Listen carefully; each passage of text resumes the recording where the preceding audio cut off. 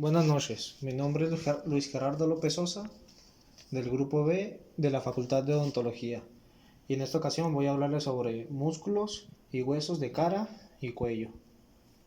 Bueno, viéndola desde la parte frontal de la cara, hay 13 huesos, en los cuales está el hueso frontal, la escotadura supraorbitaria, hueso nasal, hueso cigomático, agujero infraorbitario, hueso maxilar, agujero mentoniano, la mandíbula, el hueso etmoides, hueso esfenoides, el hueso temporal y el parietal. Y a continuación les voy a dar una breve explicación de cada uno. El hueso frontal, su principal función, además de dar forma a la frente, es la de proteger los lóbulos frontales del cerebro, que están situados justo detrás de este hueso. La escotadura supraorbitaria también forma parte del hueso frontal al describir anatómicamente este hueso. Podemos localizar una cara llamada cerebral o endocraneal que está situada en la parte trasera, es decir, en contacto con la superficie del cerebro. El hueso nasal, además de ser importante para la anatomía de la cara, cada hueso nasal es necesario para que se desarrolle adecuadamente la forma de la nariz, debido a que son las estructuras donde se conectan los cartílagos nasales. El hueso cigomático dan forma y estructura a la cara y se unen con la mandíbula y los huesos cercanos a las orejas, la frente y el cráneo. Estos huesos protegen a los nervios y los vasos sanguíneos de la cara, y en ellos se fijan los músculos que ayudan a mover la mandíbula. El agujero infraorbitario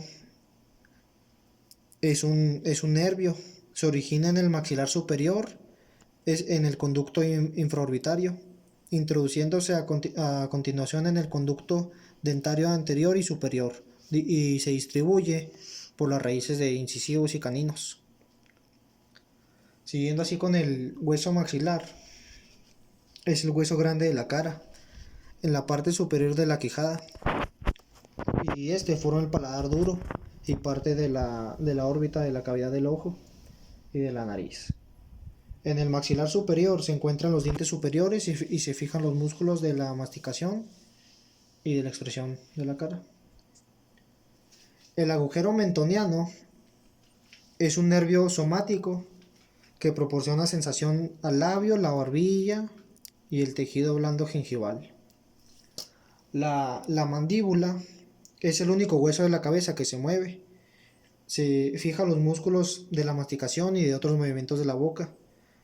También se llama hueso mandibular y maxilar inferior. Este permite la apertura y pues el cierre de la boca. Esta función es necesaria para masticar alimentos, para hablar, para comunicarnos. El hueso etmoides es hueco y forma el llamado seno esfenoidal. Es uno de los 8 senos paranasales.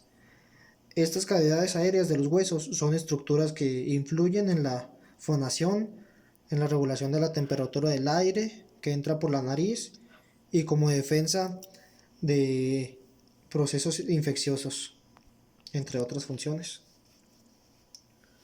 El hueso esfenoides es un hueso impar situado en la parte media de la base del cráneo que forma parte de la estructura interna profunda de la cara, de las fosas nasales y pues hasta del propio cráneo.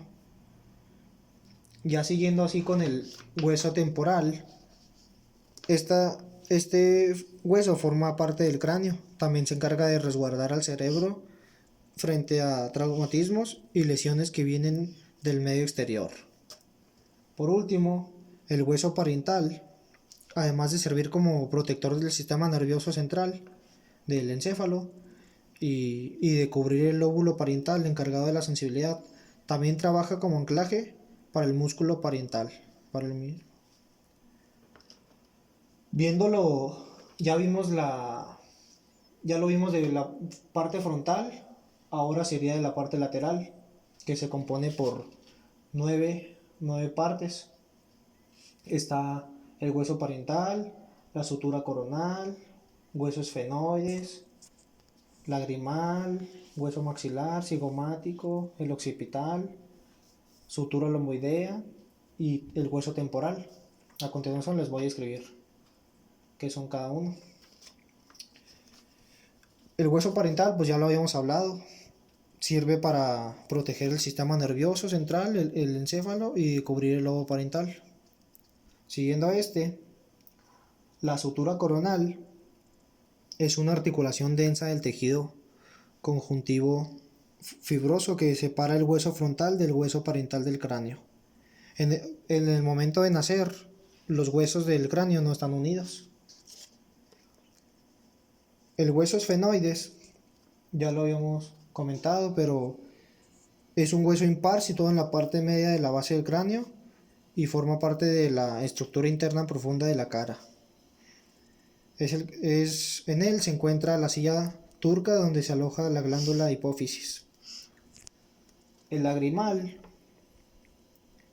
las glándulas lagrimales que producen lágrimas, ubicadas en cada globo ocular, suministran de manera continua líquido lagrimal que limpia la superficie del ojo cada vez que parpadeas.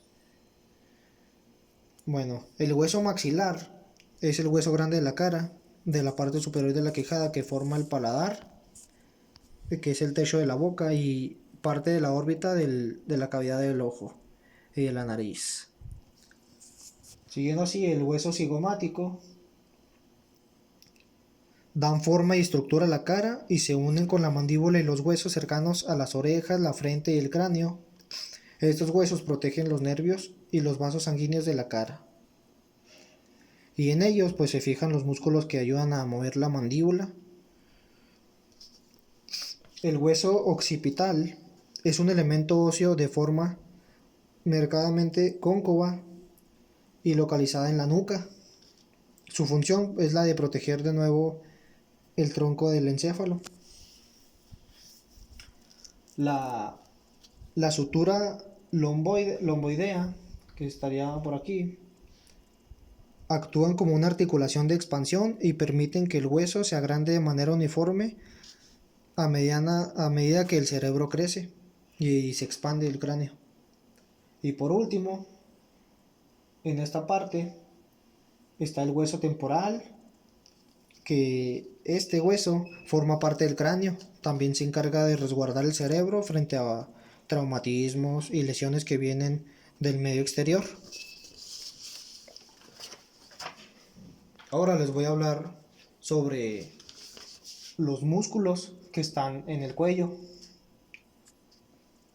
Aquí se encuentra el músculo trapecio, que el músculo trapecio, las funciones principales de él incluyen la estabilización de la espalda, contribuyen a los movimientos de elevación y depresión de la escápula y la cintura escapular. Bueno, siguiendo a la región supraclavicular es la porción más proximal del plexo braquial. Se localiza dentro del triángulo posterior del cuello, cuyos límites son la clavícula, el músculo trapecio y el músculo esternocleidomastoideo. El músculo, siguiendo con otro músculo, sería el esternoideo. El músculo esternoideo hace bajar la laringe y por el intermedio de la misma el hueso yoides. Por penúltimo sería el hueso esternocleidomastoideo. Es la rotación contralateral de la cabeza, inclinación homolateral y flexión del cuello. Cuando la acción es bilateral va a existir extensión del cuello aumentando la lordosis cervical.